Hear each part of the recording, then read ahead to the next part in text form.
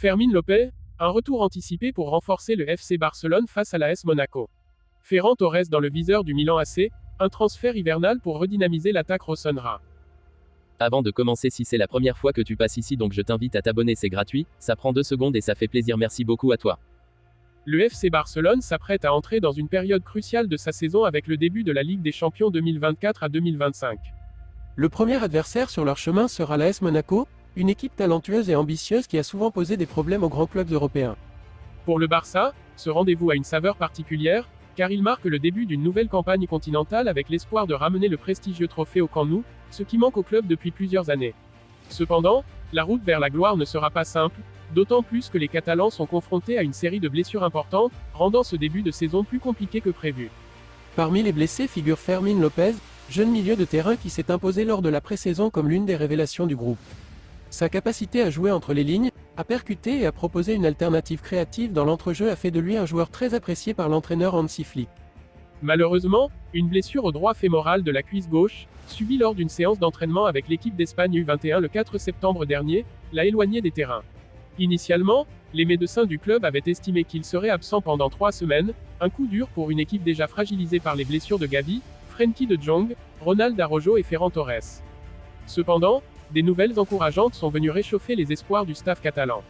Depuis quelques jours, Fermín López a montré des signes de rétablissement impressionnants. Ses dernières séances de récupération ont été marquées par un regain de forme et une volonté inébranlable de retrouver les terrains le plus tôt possible. Il est devenu évident que Fermín pourrait raccourcir son délai de retour, et une participation au match contre l'AS Monaco n'est désormais plus à exclure. Sous la supervision étroite du docteur Ricard Pruna, un pilier du staff médical du FC Barcelone, Fermín a suivi un programme de récupération intensif. Ces progrès rapides ont surpris plus d'un observateur, y compris les entraîneurs du club, qui n'avaient pas prévu un retour aussi précoce. Si les sensations positives se confirment lors des prochains jours d'entraînement, Fermín pourrait bien recevoir le feu vert médical pour voyager avec le groupe dès ce mercredi. La décision définitive devrait être prise dans les heures qui précéderont le départ pour Monaco, mais les signaux sont encourageants. Le retour de Fermín López ne serait pas seulement une bonne nouvelle sur le plan physique, mais il offrirait également un atout stratégique important pour Hansi Flick. Avec les absences de Gavi et Frenkie de Jong, l'entrejeu du Barça manque actuellement d'options créatives et de profondeur. Fermín, avec sa capacité à dicter le tempo, à se projeter vers l'avant et à marquer des buts, apporterait une solution immédiate à ce problème.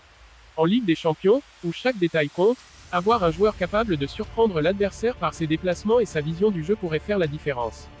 Néanmoins, même si le retour pour le match contre Monaco reste une option, il est également probable que le staff préfère être prudent et retarde son retour jusqu'au match contre Villarreal, prévu pour dimanche prochain en Liga.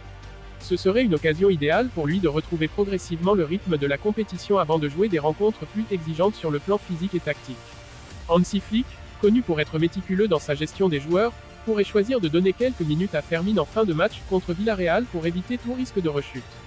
Au-delà de Fermín López, la situation globale des blessures au FC Barcelone reste préoccupante. Gavi, qui souffrait d'une blessure musculaire, a récemment repris l'entraînement, mais son retour à la compétition n'a pas encore été confirmé. Frenkie de Jong, victime d'une blessure à la cheville, montre également des signes encourageants et pourrait revenir dans les prochaines semaines. Quant à Ronald Araujo, sa blessure aux ischio-jambiers semble évoluer favorablement, mais le défenseur uruguayen devra attendre encore quelques semaines avant de retrouver les terrains. En parallèle, Ferran Torres continue son processus de récupération, et bien que son retour soit également proche, le staff ne souhaite pas précipiter son retour.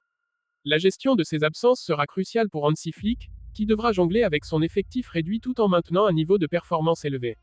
La Ligue des Champions est une compétition où chaque erreur peut coûter cher, et l'entraîneur allemand le sait mieux que quiconque. Avec un groupe composé de jeunes talents prometteurs, comme Fermín López, et des cadres expérimentés, il espère que l'équipe pourra surmonter cette période difficile pour attaquer la compétition européenne de la meilleure des manières. Le retour anticipé de Fermín serait donc une bouffée d'air frais pour un FC Barcelone qui cherche à trouver sa vitesse de croisière après un début de saison perturbé par les blessures. Que ce soit pour le match contre l'AS Monaco ou celui de Villarreal, sa présence sur le terrain sera un signe que les choses commencent à aller dans le bon sens pour les Blaugrana, et que la profondeur de leur effectif leur permettra de rester compétitifs sur tous les fronts, même en cas d'imprévu. Le mercato hivernal pourrait bien voir le Milan AC jouer un rôle majeur dans la course aux renforts offensifs, et un nom commence à circuler avec insistance dans les couloirs du club lombard, Ferran Torres. D'après Fichares, l'ailier espagnol du FC Barcelone figurerait en haut de la liste des priorités des Rossoneri, désireux de renforcer un secteur offensif qui peine à se montrer décisif en ce début de saison. Pourquoi Ferran Torres? Le choix de Ferran Torres n'est pas anodin pour le Milan AC. À seulement 24 ans, l'Espagnol a déjà un CV bien garni. Formé à Valence, puis transféré à Manchester City en 2020, il a fait partie de la génération montante du football espagnol avant de rejoindre le FC Barcelone en janvier 2022 pour 55 millions d'euros. Bien que son passage en Catalogne n'ait pas toujours été à la hauteur des attentes, Ferran a régulièrement montré de belles fulgurances, à l'image de son début de saison 2024 à 2025. Sous les ordres de Hansi Flick, Torres a fait preuve d'efficacité malgré son statut de remplaçant. En seulement 4 apparitions en Liga cette saison, il a inscrit un but et délivré une passe décisive, une performance notable qui attire l'attention de nombreux clubs en Europe. Ce rendement, bien que réalisé en sortie de banc, confirme ses qualités d'ailier capable de faire la différence rapidement. Sa vitesse, son sens du dribble, et surtout sa capacité à se positionner dans des espaces dangereux sont autant d'atouts qui le rendent attrayant pour une équipe comme le Milan AC. Le club italien, actuellement en quête d'une solution offensive, verrait en lui une réponse idéale à leurs difficultés devant les buts. Malgré la présence de joueurs comme Olivier Giroud ou Raphaël Leao, l'attaque milanaise a parfois manqué d'inspiration, surtout contre des défenses bien regroupées. Torres, par son profil de joueur explosif et polyvalent, pourrait offrir une alternative nouvelle et rafraîchissante pour débloquer ce genre de situation. La stratégie du Milan AC. Avec l'hiver qui approche, le Milan AC pourrait être tenté de passer à l'offensive pour s'attacher les services de Ferran Torres. L'idée de recruter un ailier rapide et capable d'évoluer sur plusieurs fronts de l'attaque n'est pas nouvelle pour les dirigeants milanais, qui scrutent de près le marché des joueurs depuis l'été dernier. Toutefois, les options disponibles en janvier sont souvent limitées, et Ferran représente une opportunité rare pour un transfert hivernal. D'un point de vue financier, le transfert de Torres pourrait également s'inscrire dans les cordes du club.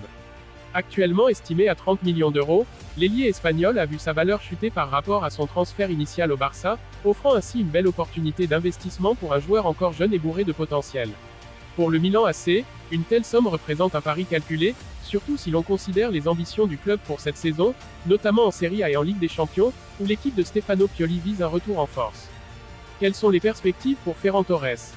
Du côté de Ferran Torres, l'idée d'un départ vers la Serie A pourrait ne pas être mal accueillie.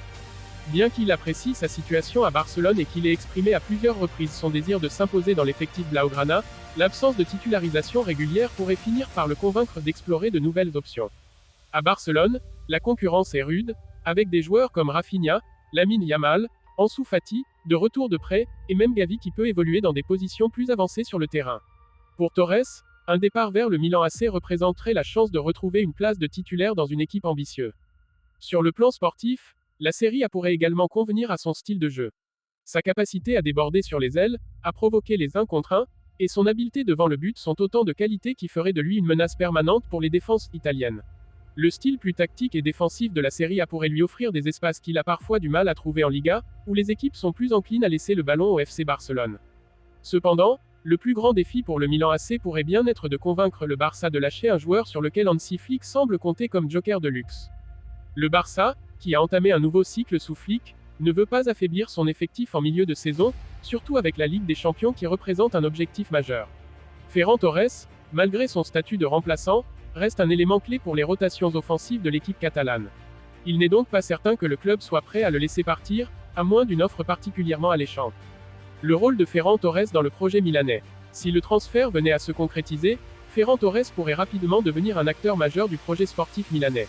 Sous Stefano Pioli, qui privilégie un jeu basé sur la rapidité et les transitions rapides, Ferran serait dans un environnement idéal pour exploiter ses forces.